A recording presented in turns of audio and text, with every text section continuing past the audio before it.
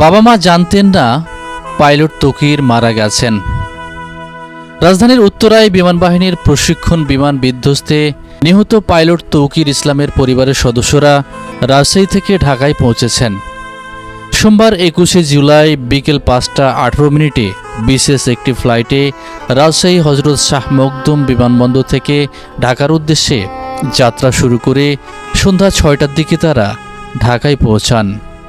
তবে রওনা হওয়ার আগে মা সালেহা খাতুন ও বাবা তোহরুল ইসলাম জানতেন না তাদের সন্তান তৌকির ইসলাম আর নেই।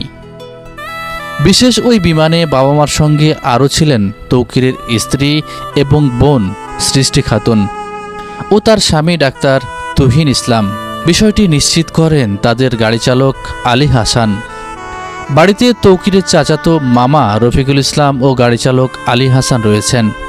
তবে বিকেলে রাজশাহীর নগরীর উপশহরের 3 নম্বর সেক্টরের আশ্রয় নামের ভাড়া বাড়িতে স্থানীয় বাসিন্দা ও স্বজনদের মধ্যে ব্যাপক ভিড় দেখা গেছে। বাড়ির মালিক আতিকুল ইসলাম বলেন, ফ্লাইট লেফটেন্যান্ট তৌকির ইসলামের মা বাবা ও বোন জামাই ঢাকার উদ্দেশ্যে রওনা হওয়ার আগে তার মৃত্যুর খবর জানতেন না। পরিবারের সদস্যরা জানেন সাগর জীবিত ও চিকিৎসাধীন রয়েছেন। নিহত পাইলটের চাচা মতিউর রহমান বলেন, ঢাকায় রওনা হওয়ার আগে তৌকিরের বাবা মাকে নিহতের খবর জানানো হয়নি। গত বছর তৌকির ইসলাম বিয়ে করেন। এই বছরের ফেব্রুয়ারি মাসে বিয়ের আনুষ্ঠানিকতা সম্পন্ন করেন। তার স্ত্রী ঢাকার ব্র্যাক ইউনিভার্সিটির টিচার।